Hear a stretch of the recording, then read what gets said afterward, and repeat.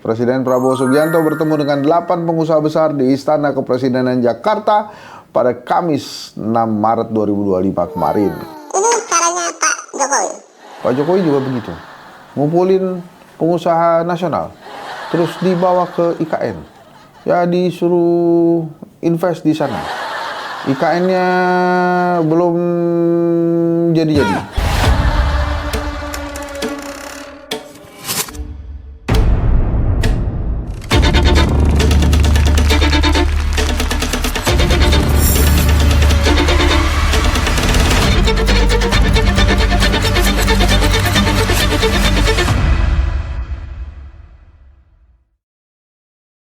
Ini jelas bukan pertemuan jangkrik. Ini pertemuan luar biasa nih. Para paus. Wah, ikan paus maksudnya gede-gede gitu. Antoni Salim, Sugianto Kusuma Aguan, Prayogo Pangestu, Boy Thohir, Franky Wijaya, Dato Sri Tahir, James Riyadi, dan Tommy Winata. Nah, ada nama Anda di situ? Kalau nama Anda tidak ada di situ, berarti Anda sukses jadi UMKM. 8 pengusaha ini diundang oleh Pak Prabowo Subianto nih. Saya bacain dari Kompas ya. Presiden Prabowo Subianto bertemu dengan 8 pengusaha besar di Istana Kepresidenan Jakarta pada Kamis 6 Maret 2025 kemarin. 8 pengusaha itu adalah Antoni Salim, Sugianto Kusuma atau Aguan, Prayogo Pangestu, Boy Thohir, Franky Wijaya, Dato Sri Tahir, James Riyadi, dan Tommy Winata. Masing-masing dari mereka memiliki latar belakang bisnis yang berbeda, mulai dari sektor pangan, properti, energi, keuangan, dan manufaktur. Menurut keterangan Sekretariat Presiden, Setpres Jumat 7 Maret 2025, pertemuan ini menjadi ajang diskusi strategis antara pemerintah dan dunia usaha mengenai perkembangan ekonomi nasional serta program-program utama yang tengah dijalankan. Waktu peluncuran Danantara, ada beberapa pengusaha juga yang diundang oleh Presiden dan disebut tuh namanya. Boy Thohir ada, tapi nama yang Haji Isam, terus Hairul Tanjung, Arsyad Rashid ya, di sini nggak ada nih. Kalau waktu Danantara, jadi yang datang terus nih si Boy Thohir nih. Wah, luar biasa ya, Boy Thohir nih ya. Apa yang dibahas oleh Pak Prabowo dengan 8 pengusaha itu? Ya, apakah membahas tentang banjir? Wah, tentu tidak. Menurut Kompas, Prabowo membahas sejumlah isu strategis, termasuk program makan bergizi gratis (MBG), pembangunan infrastruktur. Wah, masih ada nih. Udah lama saya nggak dengar kata-kata pembangunan infrastruktur. Waktu zaman Pak Jokowi, wah, kita makan pagi, makan siang, makan malam, pasti beritanya pembangunan infrastruktur. Ini ada lagi, luar biasa. Penguatan industri tekstil. Nah, ini penting nih.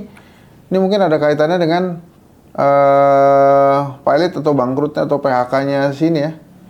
PHK-nya Sritex. Akankah desas-desus yang mengatakan bahwa Sritex akan memiliki pemilik baru? Nah, kita tunggu saja. Hingga upaya swasembada pangan dan energi. Nah.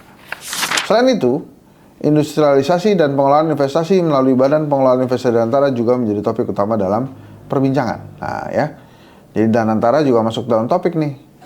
Seperti yang kita tahu kan memang respon pasar di 2 hari pertama minimal yang saya pantau terhadap Danantara itu kurang oke. IHSG-nya merah.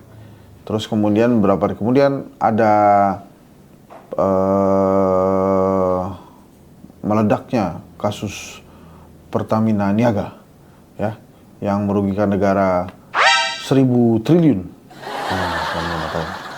1.000 triliun. Saya masih deg-degan ngomongin 1.000 triliun itu, saudara.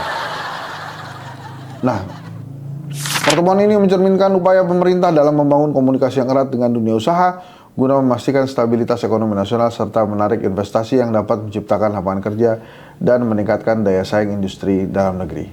Sinergi antara pemerintah dan sektor swasta pun diharapkan semakin kuat dalam mewujudkan visi Indonesia sebagai negara maju dengan ekonomi yang mandiri dan bersaing tinggi sesuai cita-cita Pak Prabowo. Ya, sesuai cita-cita Pak Prabowo, tapi ya gaya lama. Ini caranya Pak Jokowi. Pak Jokowi juga begitu, ngumpulin pengusaha nasional, terus dibawa ke IKN. Ya disuruh invest di sana. IKN-nya belum jadi-jadi, walaupun sudah banyak pegawai otorita IKN yang mulai bekerja.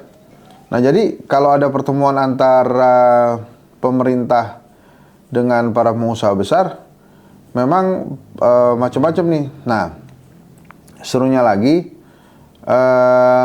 gini, caranya kan memang lama nih ya, caranya Pak Jokowi yang digunakan. Tapi gaya bicaranya Pak Prabowo gimana, ini yang masih misteri gitu. Tapi kalau gaya bicaranya Pak Prabowo seperti saat dia berpidato, itu kan bahasanya lebih menekan pengusaha ya, supaya tidak melulu mengambil keuntungan dari rakyat Indonesia, tapi juga berbagi gitu. Bahkan Pak Prabowo juga pernah meminta untuk para pengusaha nakal itu bertobat. Ini bukan berarti ini pengusaha nakal ya, tapi ini adalah pengusaha yang diundang Pak Prabowo. Masih misteri sih hasilnya apa, tapi nanti kita lihat aja. Tapi lagi-lagi sih saya katakan ini bukan cara baru ya, ini cara lama. Dan menurut saya menariknya nggak ada nama Haji Isam di situ ya. Kemarin banyak sekali disebut-sebut di Danantara juga ada Haji Isam, kemudian Hairul Tanjung. Nah ini kenapa Pak Prabowo kemarin nggak manggil dua pengusaha nasional itu gitu? Apakah yang dipanggil ini, apakah ini adalah 8 naga atau 8 harimau atau 8 ikan koi yang baru gitu ya? Nggak tahu juga nih, kita lihat nih. Tapi kalau dilihat dari latar belakang mereka masing-masing ya, Antoni Salim kita kenal lah, itu kan pangan ya, pangan. Terus Aguan properti itu, Prabowo Pangestu energi, Boy Thohir, wah energi ada, Thohir banyak ininya, Franky Wijaya, nah itu tahu lah kita properti juga. Dato Sri Tahir ada Bang, James Radi juga ada Bang, Tommy Winata, nanti kita tunggu nih hasilnya apa ya. Kalau misalnya dia bahas MBG, apakah kemudian para pengusaha nasional ini diminta untuk mensponsori MBG juga gitu. Kalau memang demikian, artinya peluang untuk MBG diperluas makin besar. Mudah-mudahan nggak ada yang lagi keracunan. Nah terus kemudian penguatan ini yang menarik itu adalah energi sih. Di kala ada kisruh di Pertamina Niaga yang korupsinya gede banget itu, ini juga dipanggil para pengusaha. Tapi kalau menurut saya ini mesti ngebantuin, kalau tebakan ya, ini kelihatannya Pak Prabowo minta pengusaha-pengusaha ini untuk membantu Indonesia deh, untuk membantu rakyat supaya Indonesia ini lebih mandiri. Jadi minimal uang-uangnya itu nggak dikirim ke luar negeri, tapi dibuat stay di Indonesia. Nah, lagi-lagi teman-teman, kalau presiden sudah minta, artinya nggak mungkin mintanya gratis gitu ya. Mungkin ada beberapa hal juga yang ditawarkan oleh presiden kepada mereka semua. Ya, saya nggak tahu itu apa. Tapi memang setiap kali ada pertemuan para pengusaha dengan Presiden Republik Indonesia, dengan penguasa, rakyat deg-degan, ya, pengen tahu juga hasilnya apa. Kalau hasil benernya pasti nggak dikasih tahu. Tapi kalau hasil yang sesuai dengan keinginan yang hadir di situ, tadi saya sudah bacakan. Kondisi ekonomi kita itu tadi IHSG dan antara tidak terlalu diterima. Jadi mungkin menurut saya ini ngomongin tentang MBG yang perlu uang banyak. Jadi Pak Prabowo minta bantuan juga kepada para pengusaha, terus kemudian mungkin investasi di Danantara ya, supaya itu mengangkat lebih bisa mengangkat portofolio Danantara. Gitu kira-kira teman-teman. Nanti kalau ada yang emang deket banget sama 8 pengusaha itu, tolong di-spill ya. Kali aja ada sahabatnya Aguan, ada sahabatnya Tommy Winata, mau kabarin, mau ngasih tahu kira-kira Pak Prabowo sebetulnya ngomongin apa, boleh. 8 pengusaha ya. Saya tuh begini-begini tuh selalu pertanyaan besarnya, kriterianya apa ya? Gitu. Kenapa kemudian yang kemarin diundang di Danantara ada beberapa juga nggak hadir di sini?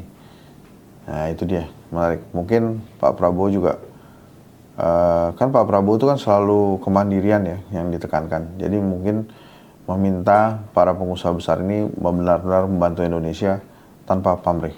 Oke, terima kasih teman-teman. Itu tadi saya bicarakan berita paus, ya, ikan paus besar, bukan lagi jangkrik, dari istana.